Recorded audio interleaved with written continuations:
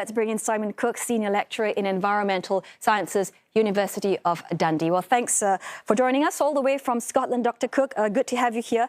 Now, I know that you've been busy studying the satellite imagery with a whole team of experts there. Help us understand what's still puzzling scientists about how this all became so powerful. Yeah, I mean, there are lots of things that are really uncertain. So we're very confident that we've seen in the satellite images that there's a part of a glacier that has collapsed. And as you said in your introduction, it's fallen 1,300 meters into the valley below. And then it's led to this cascading effect of picking up debris and other water and ice and causing this huge flood. Lots of things we don't really understand. I mean, in the satellite imagery the day before, a lot of the glaciers in the vicinity of the one that's broken off seem to be quite heavily snow covered. And in the satellite image after the event, they seem not to be so heavily snow covered. And that's possible. There's been some sort of warming event that's led to snowmelt, which has then found its way into the glacier through crevasses and cracks and so on, and found its way to the glacier bed, where it acts as a kind of lubricant, allowing the glacier to slip away. But that's really speculative at this stage. Another thing that we've noticed about the satellite imagery is that there is a really sharp break where the glacier has broken away, almost like if you could almost take it with a ruler and draw a line. And that's kind of consistent with other events that we've seen of this nature, where the bedrock beneath the glacier has broken away at the same time. And again, this is really speculative and still under investigation. You're right to sort of question, where the water has come from. It's actually, although this is a significant chunk of ice, we think about 0.2 kilometers squared of ice. We don't know that volume of ice on its own explains all of the water that's involved in this particular event. And so we're looking into the possibility that at the valley bottom where this ice fell, there was also a lot of other dead and decaying ice from detached glaciers that have been dying away, unfortunately, as a consequence of climate change, and that would add additional water into the flood flow. These environments are also characterized by lots of loose sediment and debris, big boulders and so on, which have added to that mass of material moving downstream. But like I say, we're very confident this is an ice avalanche. What caused the ice avalanche, we're not entirely sure at this stage. Well, there are a lot of uncertainties, but I'm going to jump straight into the next big concern, which is that, the danger might not be over, because scientists are warning about the possibility of another flood because of this upstream blockage. Do we know, what's the danger right now? Could another surge just come by with very little warning? I'm in a slightly privileged but unfortunate position. I've been in news interviews all morning, and I'm not actually up to date on whether there's a dam of a river, but I can well imagine that there'd be a river dammed up, and that would be a secondary hazard. But even just the ice avalanche release zone, that will still be hazardous.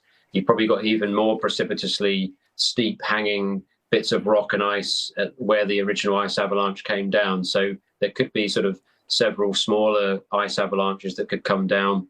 The other thing is that, as you're seeing in a lot of this video footage, this torrent of water was barreling down a river valley, and that will have undercut some of the valley slopes. So there's also the possibility you get a lot of secondary landsliding taking place as well, which will also endanger rescue efforts. Not to mention, just as you're showing in the images right now, just the huge amounts of mud everywhere, which will be incredibly difficult and even dangerous to conduct a rescue effort in.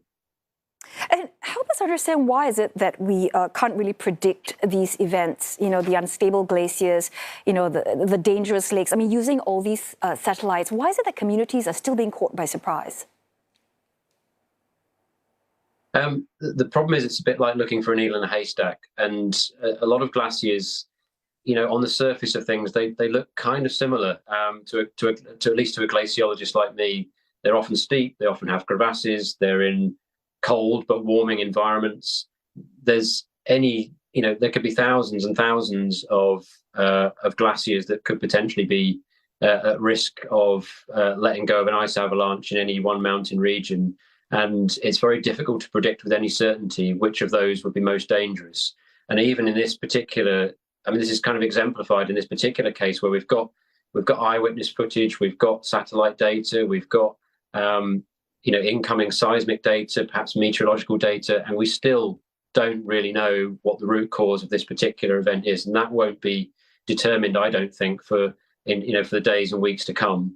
And there'll be several different scientific teams working on that, but I dare say that there will be some disagreement amongst scientists about what the actual trigger was or what the preconditioning factors were in this particular event. But what we can say to some extent is that climate change will have made this sort of event more likely.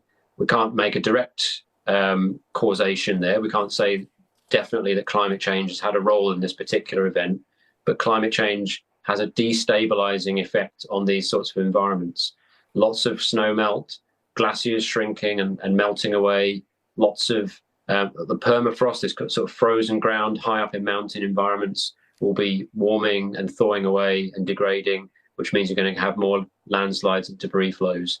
So, climate change is likely to have made this a much more likely event.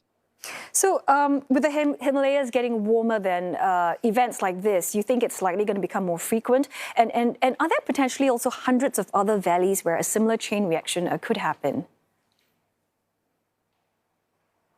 I think the short answer is unfortunately yes. I think this is becoming more likely, and we've seen other similar events in the Himalaya and around the world in recent years. So in 2021, and in the Uttarakhand region of India, in the Indian Himalaya, there was the Chamoli disaster, which a very similar sort of event, ice and rock avalanche, fell about 1,800 meters into the valley below and caused a torrent which destroyed 2 hydropower stations and killed about 200 people. I can look a bit closer to my home here in Europe. We had last year in the Swiss Alps, the village of Blatten was completely buried by a glacier collapse there. We could go back a couple of years before that in 2022 in the Italian Dolomites, the Italian Alps, where part of the Marmolada Glacier broke off and killed a climbing group. And so lots of similar events, and they seem to be coming in fairly regular frequency in recent years. And I suspect that is going to continue in the years to come, unfortunately, in a warming world. All right, thanks for helping us make sense of all of this. Really appreciate your time and thoughts. Dr. Simon Cook, Senior Lecturer in Environmental Sciences, University of Dundee.